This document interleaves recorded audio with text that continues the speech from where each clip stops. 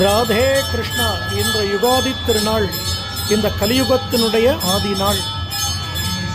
இன்று இந்த தென்னாங்கூர் க்ஷேத்திரத்தில் கம்பீரமானதொரு ராஜாவாக பாண்டுரங்கனுடைய திவ்ய தரிசனமும் இந்த குருஜி ஹரிதாஸ்கிரி சுவாமிகள் ஆராதனம் பண்ண குட்டி பாண்டுரங்கனும் ருக்மணியும் தங்க தேரில் நமக்கு திவ்யமாக தரிசனம் கொடுக்க போகிறார்.